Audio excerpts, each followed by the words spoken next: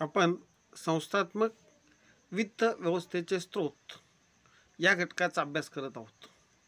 आता या घटकाचा अभ्यास करत असताना जेव्हा आपण संस्थात्मक घटकाचा विचार करतोय तेव्हा या ठिकाणी आपलं जे लक्ष आहे, अभ्यासक्रमाचा हेतू आहे, हा प्रामुख्यानं कंपनी संघटन प्रकाराकडे लक्ष वेधलेलं आहे.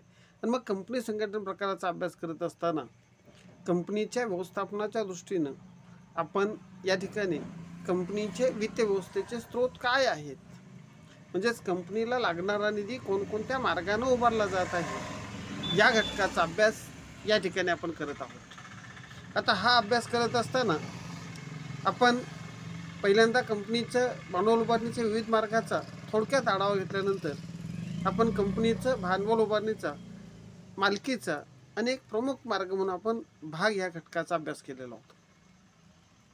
आता भाग म्हणजे काय सांगता येईल, काय आठवत आहे का पहा. भाग म्हणजे कंपनीच्या भागभांडवलातील लहानात लहान हिस्सा किंवा अंश, याला आपण भाग म्हणतो. आता या भागाचा अभ्यास केल्यानंतर आपण भाग म्हणजे काय, भागाची वैशिष्ट्ये आणि भागांचे प्रकार अभ्यासतो. भागांचे प्रकार अभ्यासत असताना त्यामध्ये सर्वप्रथम आपण पहिला भागाचा प्रकार अभ्यासला, तो म्हणजे सामान्य भाग, सर्वसाधारण भाग किंवा समाख्य भाग, ज्याला इंग्रजीत ऑर्डिनरी शेअर्स असं म्हटलं जातं. आता या घटकाच्या अभ्यासामध्ये आपण समाख्य भाग म्हणजे काय, समाख्य भागाची असणारी वैशिष्ट्ये काय आहेत आणि समाख्य भागाचे प्रकार काय आहेत, या घटकाचा अभ्यास आपण केलेला. आता आज आपण त्या पुढील घटकाचा सविस्तर अभ्यास करणार आहोत, तो म्हणजे भागाचा असणारा दुसरा प्रकार, ज्याला आपण अग्राह्य भाग या नावानं ओळखतोय. मग अग्राह्य भागाचा अभ्यास करत असताना या ठिकाणी अग्राह्य भाग म्हणजे काय, अग्राह्य भाग कशाला म्हणायचं, अग्राह्य भागाची मूलभूत वैशिष्ट्ये काय आहेत आणि अग्राह्य भागाचे असणारे प्रकार काय आहेत, या घटकाचा अभ्यास आपण आज या व्हिडिओमध्ये करणार. आता अग्राह्य भागाला इंग्रजीत प्रेफरन्स शेअर्स असं म्हटलं जातं. आता याचा उल्लेख जर आपण बघितलं तर कंपनी कायदा 2013 मध्ये कंपनीच्या भागाचे प्रकार सांगत असताना त्या ठिकाणी समाख्य भाग आणि अग्राह्य भाग असे दोन प्रकार सांगितले होते. मग त्या ठिकाणी समाख्य भागाची व्याख्या देत असताना त्यामध्ये स्पष्ट उल्लेख केलेला होता, समाख्य भाग म्हणजे जे भाग अग्राह्याचे नाहीत त्यांना समाख्य भाग म्हणतात. म्हणजे त्या ठिकाणी व्याख्या सांगत असताना पुन्हा सांगतो, जे भाग अग्राह्याचे नाहीत अशा भागांना समाख्य भाग म्हणलं जातं. मग नेमका अग्राह्य भाग म्हणजे काय, तर अग्राह्य भागाचा अर्थ सांगत असताना ज्या भागांना लाभांश वाटपाच्या वेळी लाभांश देण्याचा अग्रक्रम दिला जातो. त्याच पद्धतीनं ज्यावेळी कंपनीच्या भांडवल उभारणीच्या अनुषंगानं कंपनीचं भांडवलाचा अभ्यास करत असताना आपण जर बघितलं तर त्या ठिकाणी कंपनीच्या अनुषंगाने जेव्हा आपण विचार करतोय त्यावेळेला भांडवल उभारणीच्या अनुषंगाने जर सांगायचं झालं तर कंपनी विसर्जनाच्या वेळी, कारण कंपनीनं भागाची विक्री करून जे भांडवल गोळा केलं असतं हे भांडवल कंपनीचं हयात वापरत असते, कायमस्वरूपी भांडवल असतं. पण अग्राह्य भागांच्या बाबतीत सांगत असताना ज्या वेळेला कंपनीचं विसर्जन केलं जात असतं आणि मग विसर्जनाच्या वेळी जर आपण बघितलं तर कंपनी विसर्जनाच्या वेळी कंपनीचं भांडवल विसर्जनाच्या अनुषंगानं सांगताना सांगितलं जातं आहे की कंपनीचं भांडवल उभारणीच्या अनुषंगानं कंपनीचं जेव्हा विसर्जन केलं जात असतं त्यावेळेला विसर्जनाच्या वेळी भांडवल परतफेडीचा ज्यांना अग्रक्रम दिला जातोय त्या भागांना अग्राह्याचे भाग असं म्हटलं जात असतं. म्हणजेच अग्राह्य भागाचा अर्थ सांगत असताना या भागांना विशेष असा प्राधान्यानं अग्रक्रम दिला जात असतो. हा प्राधान्यक्रम कोणता असतोय, तर एक कंपनीचं लाभांश वाटपाच्या वेळी त्यांना दिलेला लाभांशाचं प्राधान्यक्रम आणि त्याच पद्धतीनं त्यांना दुसरं असतंय ते भांडवल परतीच्या वेळी दिला जाणारा भांडवलाचा असणारा अग्रक्रम. म्हणजेच या ठिकाणी आम्ही जर बघितलं कंपनीचं भांडवल उभारणीच्या अनुषंगाने सांगत असताना अग्राह्य भाग म्हणजे ज्या भागांना लाभांश वाटपाच्या वेळी लाभांशाचा अग्रक्रम असतोय, त्याच पद्धतीनं ज्या वेळेला कंपनीला भांडवल उभारणीची आवश्यकता असते कंपनीचं विसर्जन होत असतंय, कंपनी विसर्जनाच्या वेळी त्या भागांना भांडवल परतफेडीचा सुद्धा अग्रक्रम दिलेला असतोय. म्हणजेच कंपनीच्या विसर्जनाच्या वेळी भांडवल परतफेडीचा आणि लाभांश देण्याच्या वेळी लाभांश वाटपाचा अग्रक्रम ज्या भागांना दिला जातोय त्या भागांना अग्रहक्काचे भाग असं म्हटलं जात असतं. म्हणजेच एक प्रकारे या भागधारकांना जर आपण समहक्क भागाशी तुलना केली तर या भागांना एक प्रकारे सुरक्षितता असलेली असते. म्हणजेच कंपनीच्या नफ्यातून प्रत्येक वर्षी ज्या वेळेला लाभांश वाटप केला जातोय त्यावेळेला प्रथम अग्रहक्क भागधारकांना लाभांश दिला जातोय आणि या अग्रहक्क भागांना लाभांश दिल्यानंतर शिल्लक नफ्यातून समहक्क भागांना किंवा सामान्य भागांना लाभांश दिला जातो. त्याच पद्धतीनं कंपनी विसर्जनाच्या वेळीसुद्धा ज्या वेळेला कंपनीचं विसर्जन होतंय त्यावेळी भांडवल परत देत असताना सर्व त्रयस्थ देणी भागल्यानंतर जो रक्कम शिल्लक राहते, निधी शिल्लक राहतोय, ज्या निधीवर पूर्णतः भागधारकांचा हक्क असतोय, अशा वेळेला या ठिकाणी आपण जर बघितलं तर कंपनी विसर्जनाच्या वेळेला सर्व त्रयस्थ देणी भागवल्यानंतर सर्वप्रथम ज्या भागांना प्राधान्य दिलं जात असतं अशा भागांना अग्रहक्काचे भाग असं म्हटलं जातं आहे. आणि म्हणून अग्रहक्क भागाचा अर्थ सांगत असताना ज्या भागांना भांडवल परतीच्या वेळी कंपनी विसर्जनावेळी भांडवल परत मिळण्याचा आणि कंपनीच्या लाभांश वाटपाच्या वेळी लाभांश देण्याचा अग्रक्रम दिला जातोय त्या भागांना अग्रहक्काचे भाग असं म्हटलं जात असतं. म्हणजेच अग्रहक्क भागाच्या बाबतीत सांगत असताना यांना लाभांशाचं प्राधान्य असतं. त्याच पद्धतीनं लाभांश वाटपाच्या बरोबरच त्याचा लाभांश दर हा पूर्वनिश्चित केलेला असतो. म्हणजे या ठिकाणी त्या भागधारकांना लाभांशाचा दर हा निश्चित असतो आणि अग्रक्रमानं दिला जात असतो. हा दर कंपनीच्या भाग विक्रीच्या वेळेस ठरलेला असतो. म्हणजे भविष्यात ज्या वेळेला कंपनी नफ्यात येते आणि या नफ्यातून लाभांश वाटपाचा प्रश्न निर्माण होतोय त्यावेळेला अग्रहक्क भागधारकांना प्रथम लाभांश दिला जातोय. हा लाभांश दर निश्चित असून तो भाग विक्रीच्या वेळेस ठरलेला असतो. म्हणजेच हा एक प्रकारे या भागधारकांना दिलेलं प्राधान्य असतं आणि म्हणून या भागांना अग्रहक्काचे भाग असं म्हटलं जात असतंय. म्हणजेच जर आपण बघितलं तर अग्रहक्क भाग म्हणजे ज्या भागांना लाभांश वाटपाच्या वेळी लाभांश मिळवण्याचा आणि कंपनी विसर्जनाच्या वेळी भांडवल परतीचा अग्रक्रम दिला जातोय या भागधारकांनाच अग्रहक्काचे भाग असं म्हटलं जात असतं. आता या भागधारकांच्या बाबतीत जर बोलायचं झालं तर यांना लाभांशाची निश्चिती असते, एक प्रकारे भांडवल परतीची निश्चिती असते आणि त्यामुळं या भागधारकांना कायद्यातील तरतुदीनुसार मालकाचा हक्क प्राप्त होत नाही. आपण समहक्क भागाचा अभ्यास करत असताना समहक्क भागाची वैशिष्ट्य बघत असताना समहक्क भागधारकांना काय विशिष्ट हक्क होते. मतदानाचा हक्क होता, सभेला उपस्थित राहण्याचा हक्क होता, संचालक निवडण्याचा हक्क होता, कंपनीवर नियंत्रण ठेवण्याचा हक्क होता. यासारखे जे काय मालकी स्वरूपाचे हक्क आहेत असे कोणतेही हक्क अग्रहक्क भागधारकांना प्राप्त होत नाही. मग यांना जर कंपनीच्या अनुषंगानं कंपनी कारभारात लक्ष घालायचं असेल तर फक्त ज्या निर्णयाचा परिणाम थेट या भागधारकावर होणार आहे अशा बाबतीतच हे मतदान करू शकतात. म्हणजेच उदाहरण सांगायचं झालं, यांच्या लाभांश दरात बदल करायचा असेल किंवा यांचे पैसे परतीच्या बाबतीत विचार करायचा असेल तर त्याच वेळेला अपवादात्मक परिस्थितीमध्ये यांना मतदान करता येतं आहे.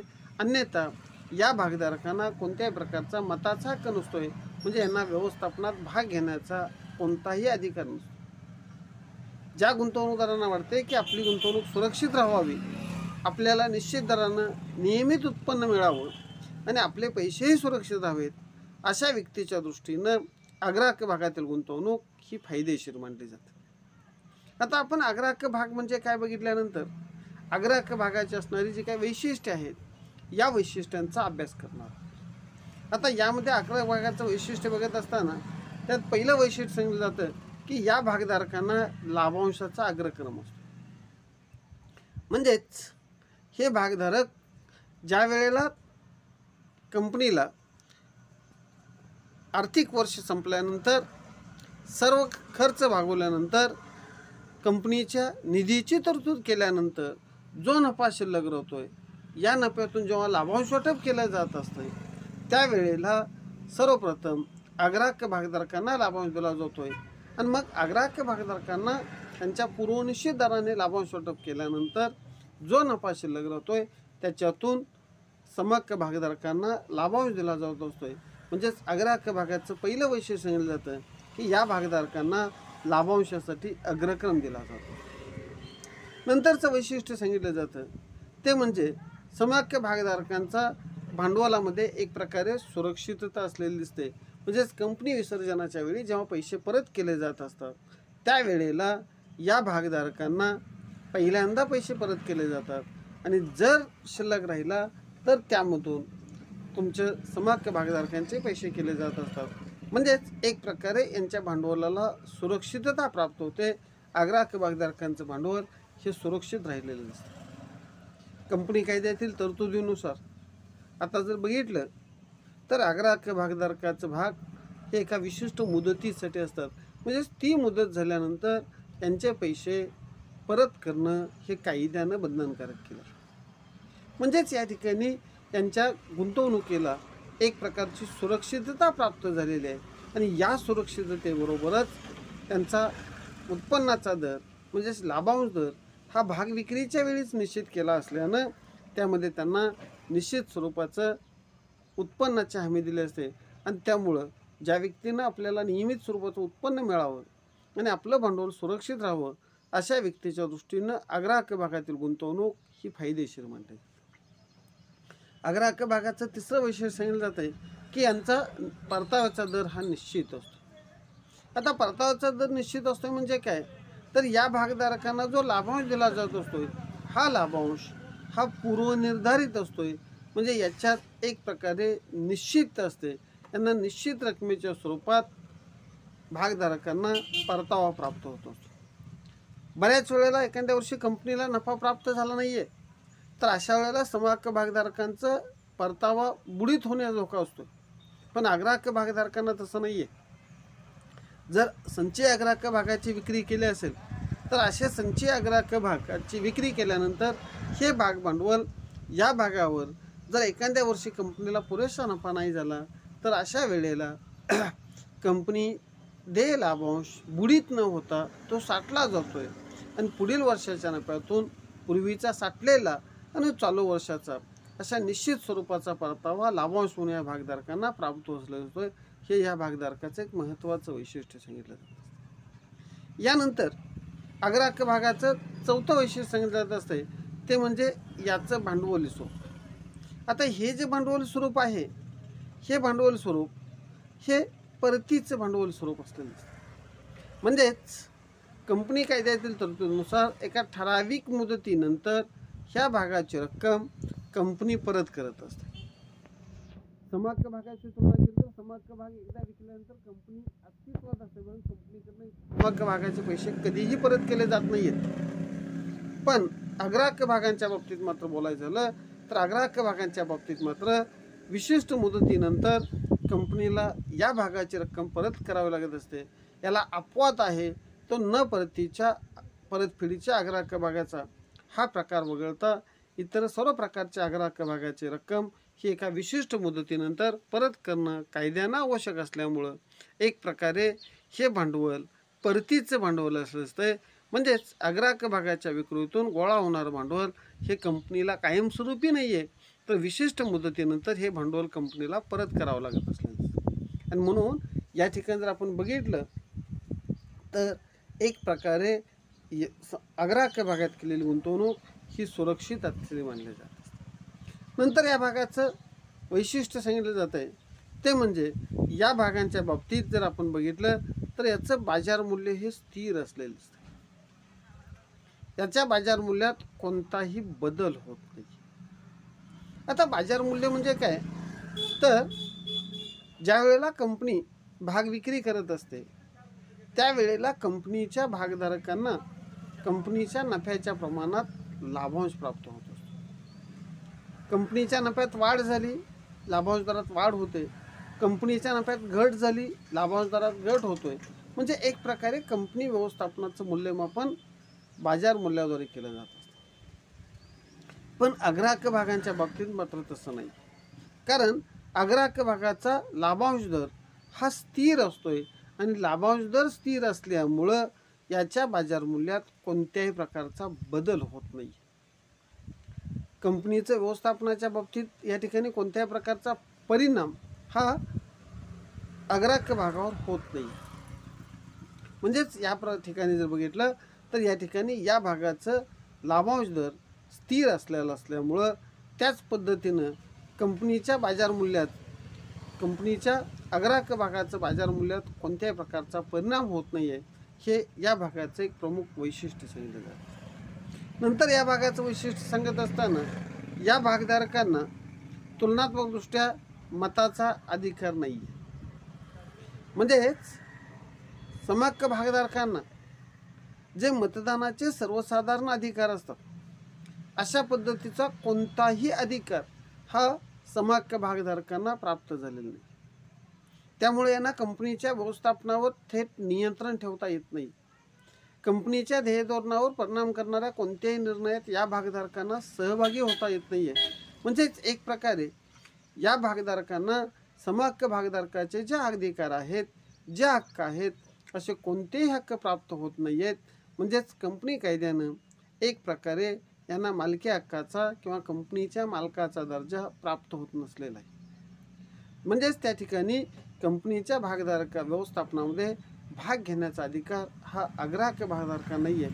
आणि म्हणून या ठिकाणी अग्राह्य भागांच्या बाबतीतली गुंतवणूक बघितली तर यांना मालकी हक्काचा दर्जा प्राप्त होत नसलेला दिसतो.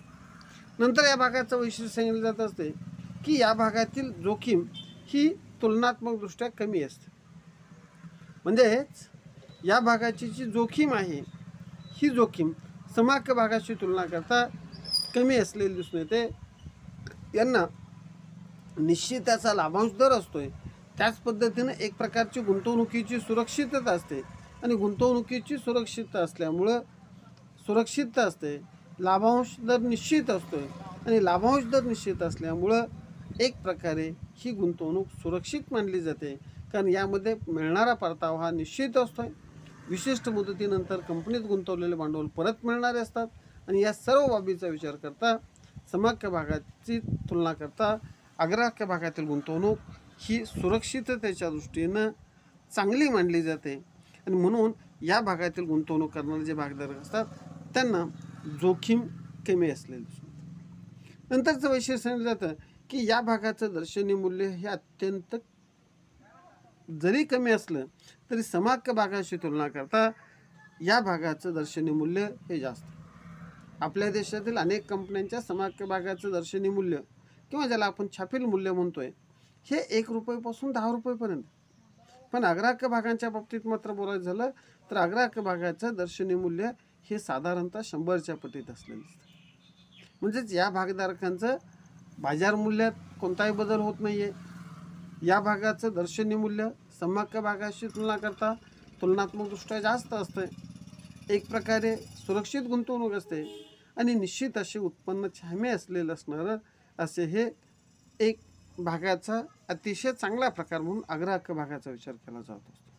आणि त्यामुळं या गुंतवणुकीचा जर विचार केला तर या गुंतवणुकीचं स्वरूप हे अतिशय आकर्षित करणारं, म्हणजेच माफक अपेक्षा ठेवून आपली गुंतवणूक सुरक्षित राहावी आणि साधारणतः बँक व्याजदरापेक्षा जास्त उत्पन्न मिळावं अशा स्वरूपाची ज्यांची इच्छा असते अशा गुंतवणूकदाराच्या दृष्टीनं अग्राह्य भागातील गुंतवणूक करणं हे निश्चितच फायदेशीर मानलं जातं आहे, सोयीस्कर मानलं जात असतं. आणि म्हणून गुंतवणूकदाराच्या दृष्टीनं ज्यांना जोखीम कमी घ्यायची आहे, कमी जोखमीमध्ये आपले पैसे सुरक्षित राहावेत आणि लाभांश रूपानं मिळणारा नफा हा आपल्याला कायमस्वरूपी मिळावा अशा व्यक्तीच्या दृष्टीनं ही गुंतवणूक फायदेशीर मानली जाते.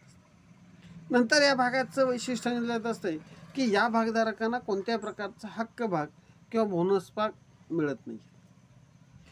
आपण हक्क भाग म्हणजे काय आणि बोनस भाग म्हणजे काय याचा थोडक्यात अभ्यास आपण समहक्क भागाच्या वैशिष्ट्यामध्ये केलेला. बोनस भाग म्हणजे कंपनीच्या नफ्याचं भांडवलीकरण करत असताना त्या भांडवलीकरणामध्ये विनामोबदला जे जुन्या भागधारकांना भाग दिले जातात त्यांना बोनस भाग म्हणलं जातं. तर हक्क भाग म्हणजे कंपनी भविष्यात जेव्हा भागगिरी करणार असते त्यावेळेला जुन्या भागधारकांना भाग मिळवण्याचा जो हक्क असतोय तो हक्क भाग म्हटला जातोय आणि अग्राहक भागधारकांना हे दोन्हीही फायदे प्राप्त होत नाही. म्हणजेच अग्राहक भागधारकांना हक्क भाग मिळवण्याचा अधिकार नाही आहे आणि त्याच पद्धतीनं त्यांना बोनस भागही मिळत नाही आहेत. आणि म्हणून या ठिकाणी हे एक महत्त्वाचं वैशिष्ट्य अग्राहक भागांच्या बाबतीत सांगितलं जात असतं. म्हणजेच आपण जर बघितलं अग्राहक भागाच्या बाबतीत जर विचार केला तर अग्राहक भागाचा अर्थ बघत असताना अग्राहक भाग म्हणजे ज्या भागांना भांडवल परतीच्या वेळी भांडवल परत मिळवण्याचा आणि लाभांश प्राप्तीच्या वेळी लाभांश मिळवण्याचा प्राधान्य असतं, अग्रक्रम असतोय, त्या भागांना अग्राहकाचे भाग असे म्हटले जातात. अग्राहक भागाचे वैशिष्ट्य बघत असताना पुन्हा एकदा पहिलं वैशिष्ट्य या भागधारकांना लाभांशाचा अग्रहक्क असतोय. दुसरं वैशिष्ट्य भांडवल परतीच्या वेळेला या भागधारकांना अग्रक्रम दिला जातोय. तिसरं वैशिष्ट्य सांगितलं जातं आहे या भागधारकांना निश्चित असा परतावा प्राप्त होतोय. त्याच पद्धतीनं यांचं भांडवल स्वरूप हे परतफेडीचं असतंय. एका विशिष्ट मुदतीनंतर या भागाची रक्कम परत केली जात असते आणि म्हणून हे परतीचं भांडवल मानलं जात आहे. याचं पाचवं सांगितलं जात आहे अग्राहक भागाच्या बाजार मूल्यात कोणत्याही प्रकारची वाढ होत नाही आहे, कारण यांचा लाभांश दर स्थिर असतोय. कंपनीच्या उत्कर्षाचा कोणताही फायदा या भागधारकांना प्राप्त होत नाही आणि त्यामुळे या भागाचं भांडवल वृद्धी ही होत नसलेली दिसते. या भागधारकांचं वैशिष्ट्य सांगत असताना यांना मतदानाचा अधिकार नाही आहे. त्याच पद्धतीनं समहक्क भागाशी तुलना करता यामधील जोखीम ही कमी असलेली दिसते. अग्राहक भागाचं दर्शनीय मूल्य समहक्क भागाशी तुलना करता जास्त असलेले दिसून येते. या भागधारकांना हक्क भाग व बोनस भाग मिळवण्याचा अधिकार नाही आहे आणि ज्या गुंतवणूकदारांना आपली गुंतवणूक सुरक्षित राहावी आणि एका विशिष्ट स्वरूपात आपल्याला परतावा मिळावा अशा गुंतवणूकदाराच्या दृष्टीनं या भागातील गुंतवणूक ही फायदेशीर मानली जाते.